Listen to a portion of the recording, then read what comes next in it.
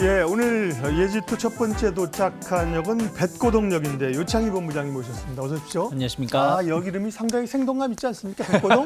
예. 백고동 젊으신 분들은 잘 모를 것 같습니다. 예, 조선해운 얘기를 함께 하려고 네. 뱃고동역을 이제 만들어서 도착했는데요. 그러게요. 조선주 해운주, 조선주부터 얘기하면 조선주는 최근에 강합니다. 그죠? 네. 사실 조정 좀 받으면 사고 싶은데 별로 조정도 없어요. 그죠? 원래 주식이라는 게 예. 조정 주면 사야지 하는데 조정 안 주고 가는 경우가 기다리는 많죠. 조정은 안 해요. 네. 그죠? 그래서 예. 저는 대부분 마음에 든다라면 예. 현재가에 사라. 아. 괜히 그 조정 기다렸다가 예. 안 주는 경우가 많다라고 말씀드립니다. 그렇군요.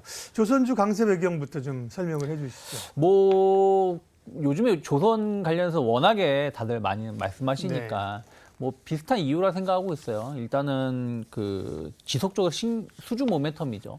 원래 올해 상반기는 수주가 그렇게 많지 않을 거다 생각을 했거든요. 네. 왜냐면은 조선 그 주요 빅3 업체들이 우리 저가 수주 안 하겠다. 그래서 정상적인 가격을 받겠다. 그래서 뭐 상반기에 수주 경쟁에 참여하지 않겠다고 말을 했거든요. 그래서 그러면서도 한 3월 달까지 거의 수주가 없었습니다. 제 기억이 맞으면. 그래서 아 정말로 수주를 안 하네 막 생각을 했는데 4월 달부터 막 뭐 몇 척 수주했네, 얼마 수주했네 막 예. 소식이 나오기 시작을 했죠. 그래서 생각했었던 것보다 훨씬 더 시장이 좋구나라는 것을 좀 느끼고 있었고요. 일단은 5월 기준으로 전 세계 그 발주 나온 거에서 우리나라가 25% 점유율을 차지했고요. 지금 전 세계 수주 잔량 그 기준으로 본다면 우리나라가 35% 정도 확보를 하고 있다고 합니다. 그래서 최소 3개 기업 모두 한 3년치, 한 3년 반 정도의 수주 잔고는 좀 쌓여 있지 않나 좀 판단을 좀 하고 있고요. 이제 성과가 중요하죠. 저가 수주하지 않겠다고 했는데 이것이 계속 올라와서 지금 170일 상회했습니다. 그러면 작년 동기비로 비교해 보면 한 10포인트 정도 올라와 있는 거거든요. 예. 그러면은 작년에 한 160 정도였다는 것이기 때문에 160 정도 비교해 보면 거의 한 7, 8% 성과도 올라오지 않았나 생각을 좀 하고 있어요. 그래서 하반기에도 수주가 그러니까 보통 수주가 연초하고 연말에 좀 많이 몰려 있는데 연말에 이제 지금 상반기가 이제 끝난 거니까요. 하반기에 어떤 기대감들 감안한다라면 조선사들에 대한 어떤 2분기 실적까지 묶인다라면 뭐 추가적인 상승은 충분히 나올 수 있지 않을까 판단하고 있습니다. 이제 우호적인 업황을 봤고요. 반면 이제 부담스러운 요인들은 철강 가격 뭐 인상될 수 있다든지 네. 인력을 못 구한다든지 그다음에 경쟁이 강해지는 거잖아요. 네. 중국하고의 경쟁은 이제 한동안은 중국은 뭐 고부가 가치 LNG 이런 거 못 만들고 네. 벌크선 이런 거나 만들잖아 했는데 또 그것도 아닌 것 같습니다. LNG 같은 경우도 꽤 따라오고 해서요. 중국하고의 경쟁 관계에는 큰 문제 없을까요? 물론 이제 경쟁 기술력이라는 거는 이제 어느 정도 다 따라오겠죠. 네. 따라오는데 아직까지는 LNG선이라든지 고부가 가치 선박 관련해서는 우리나라 기업들의 그 수준이 훨씬 더 몇 년은 앞서 있다라고 평가를 받고 있는 것 같습니다.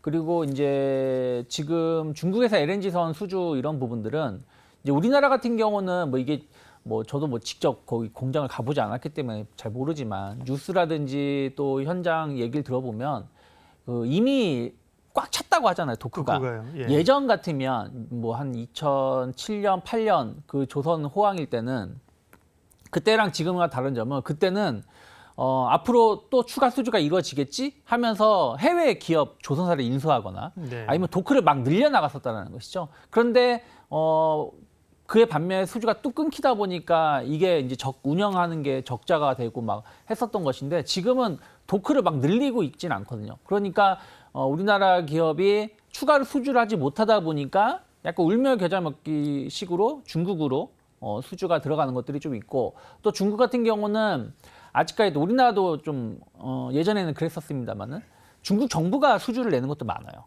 그런 부분들은 거의 대부분 중국 기업으로 수주를 가겠죠. 그렇죠. 자국 기업으로. 그래서 그런 부분들이 상당 부분 좀 있다라고 좀 평가를 좀 하고 있고요.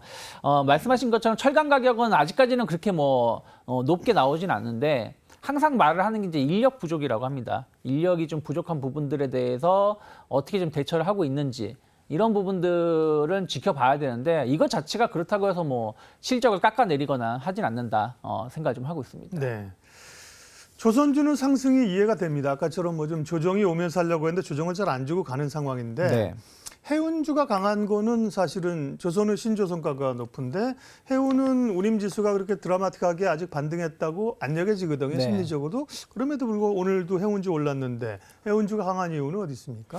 저는 뭐 해운주들은 약간 기술적 반등이 아닌가 예. 아직까지는 그렇게 보고 있습니다. 왜 그러냐면 최근에 이제 그 지난주하고 이번 주하고 예상의 강세를 띄었던 게 중국 소비주들이거든요. 그렇죠. 중국이 이제 금리도 인하를 하고 뭐 부동산 중심으로 해서 경기 부양이라든지 이런 부분들이 계속 후속 조치가 계속 나오고 있었거든요. 그리고 오늘 같은 경우도 이제 미중 관계가 좀 개선될 수 네. 있다는 기대감들이 또 그런 부분들을 매스를 좀 불러일으켰는데 마찬가지입니다. BDI 같은 경우도 최근에 중국이 경기를 부양할 수 있다라는 기대감들 이런 것들이 현실화되면서 조금 오른 부분들이 좀 있고요. 그리고 뭐 그러면 또 물동량도 늘어날 수 있다는 어떤 기대감들이 해운주들을 끌어올렸는데 아직까지는 뭐 글로벌 경기가 약간 둔화세를 계속 보여주고 있고 또 물동량이 막 그렇게 막 여전히 미중 관계가 좀 개선된 부분들은 좀 있죠.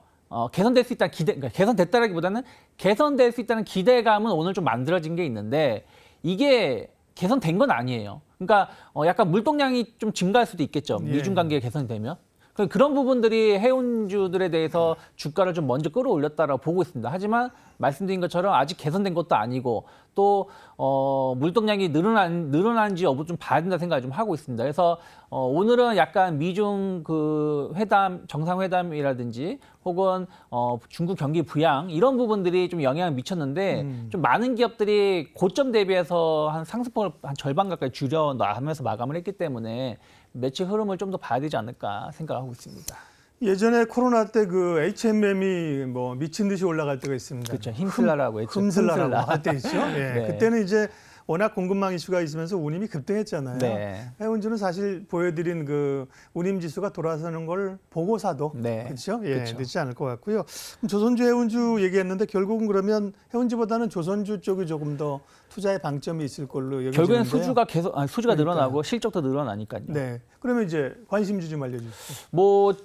뭐 하나오션도 많이 올라왔고 뭐 HD 현대중공업도 많이 올라왔는데 네. 저는 삼성중공업이 생각했었던 것보다 덜 올랐다 생각을 좀 하고 네. 있어요. 그러니까 다 좋은데 제가 예전에는 현대중공업이 하나오션 대비해서 덜 올라왔으니까 나쁘지 않을 것 같다고 말씀드렸고 지금은 순환매 측면에서 보신다라면 삼성중공업도 주목해 볼 만하다 생각하고 있고요. 기자재 쪽을 보신다라면 동성화인텍을 조금 더 저는 주목을 하고 있습니다. 왜 그러냐면 한국카본이 경쟁 기업인데 물론 조금 더 봐야 됐습니다만 한국카본이 지금 상반기에 큰 화재건이 2건이 났어요. 예. 그런 부분들이 아직 재정비를 100% 못했다라면 결국엔 동성화인텍 쪽으로 좀 주문이 좀 몰릴 수도 있는 부분들이 좀 있기 때문에 그런 것을 본다라면 기자재 쪽을 본다라면 다 나쁘지 않지만 그래도 조금 더 좋게 보는 게 동성화인텍을 좀 관심 있게 보고 있습니다. 네, 조선주 가운데는 삼성중공업 그리고 이제 기자재 가운데는 동성화인텍 두 종목을 탑픽 종목으로 뽑았고요. 백고동을 울리면서 지하철에서 한 역을 지났고요. 다음 또 역은 어딘지 함께 이동하겠습니다. 이로운 경제 채널 EBC